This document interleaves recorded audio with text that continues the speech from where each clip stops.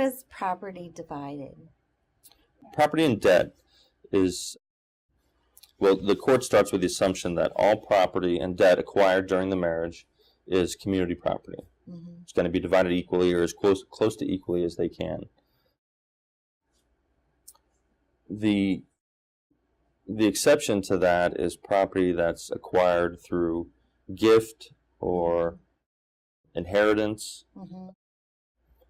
And there's a couple other exceptions to that.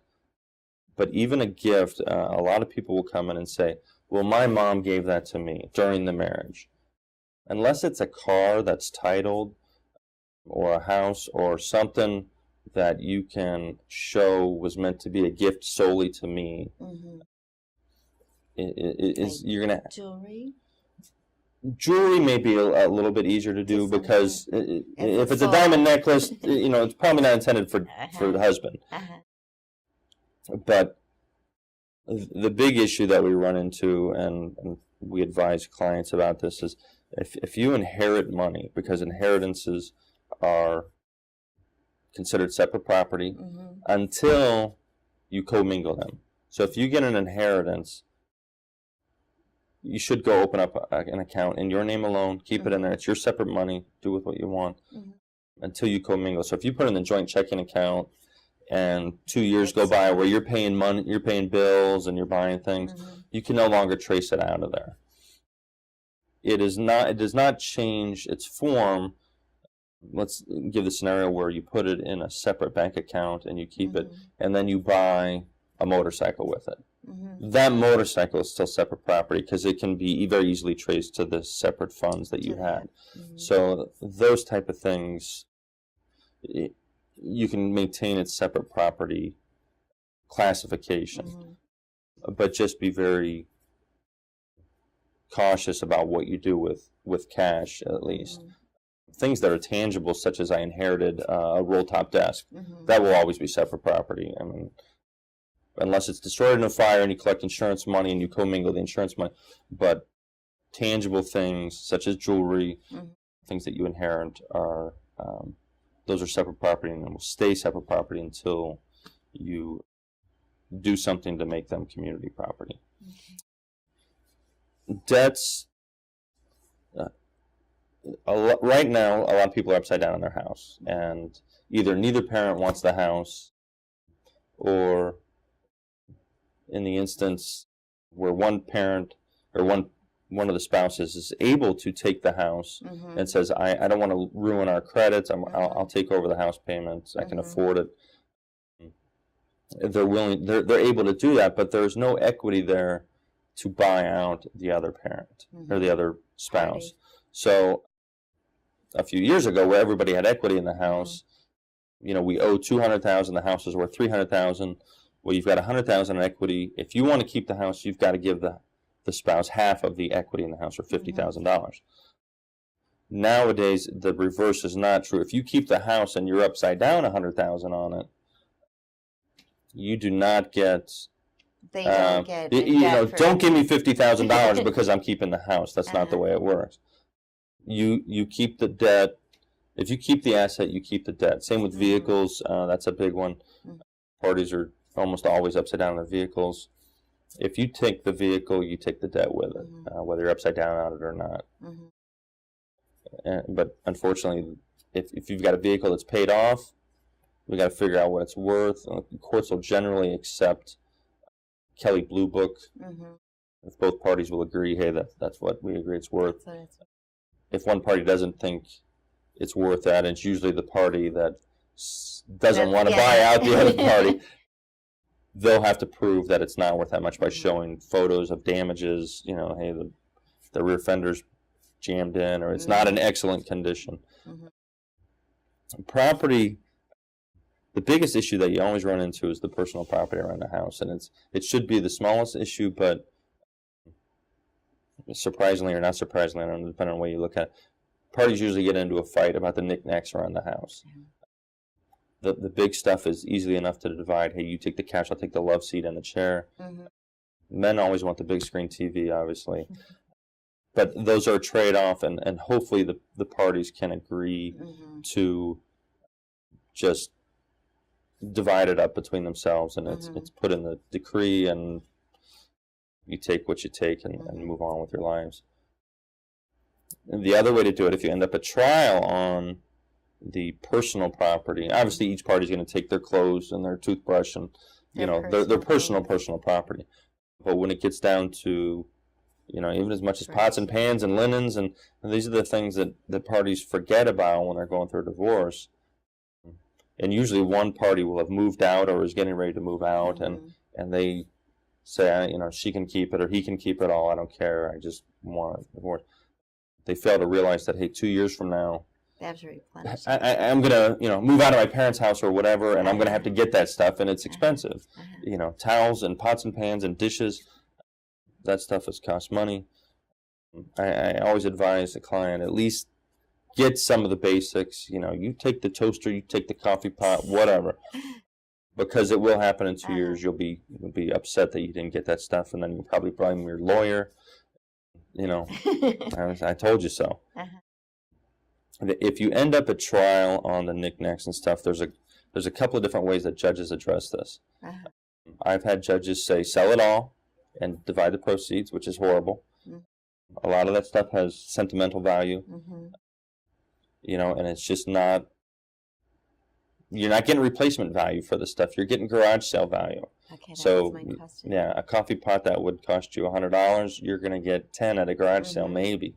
And then you're going to get 5 out of it, basically, because you got to split it with the other parent. So the parties are definitely better off agreeing to split the property. The way a lot of the judges are doing it now,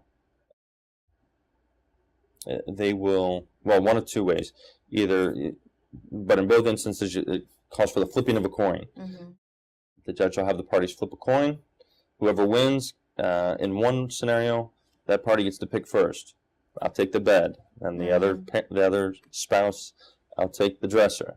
I'll take the big screen TV. I'll take this, and you just go back and forth picking items until it's all divvied up. The other way that's become more favorable now is you flip a coin. The spouse who wins gets to elect whether they want to draw up a list, and they draw up 2 lists of personal property, and they're supposed to. They should divide it as equally as they can, at least what they think equally. And then the other spouse gets to decide which list they want. So it's kind of like there's a piece of cake and 2 kids want it. You cut it and the other one picks. It ensures that it's divided equally, and it's fair for everybody. Because if the person creating the list makes one more lopsided, the other one's going to come in and say, fine, I'll take that list. So, again, it's definitely more beneficial to the parties if they are able to reach an agreement on those things.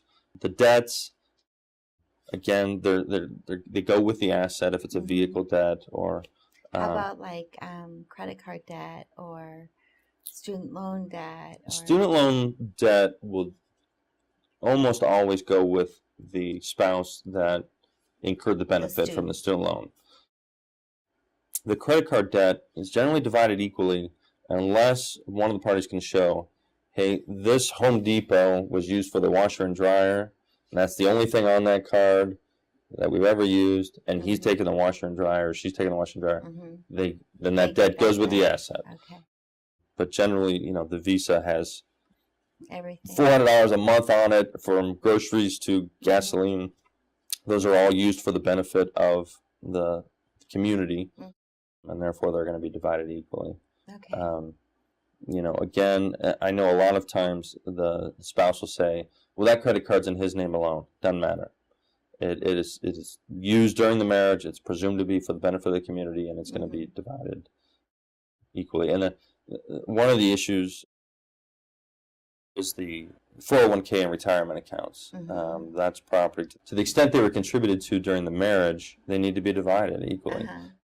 And that's a tough pill for a lot of people to swallow, especially when they have $100,000 in their retirement and their spouse never bothered to contribute anything to theirs. It's compensation that was earned during the marriage, and if it hadn't gone into the 401k, it would have gone to the benefit of the community, into a savings account or whatever. That would have had to been divided. It's going to be divided. and 401ks and IRAs and all those things. If it's a 401k plan, usually, unless one of the attorneys knows how to do it, they will retain an outside attorney, and it usually runs about $1,000, and the parties usually split that equally to have a separate order drawn up, because it's not a simple thing to divide in a 401k, because the administrator says, hey, I'm going to pay it to this person unless I'm told otherwise by a court order. So there will be drawn up a special order just related to that 401k or 401ks. Is that money divided at that time? No. Or is it upon retirement? It is. In actuality, it is divided at that time. So in other words, the administrator of the 401k will take and split that account right now. And it's from,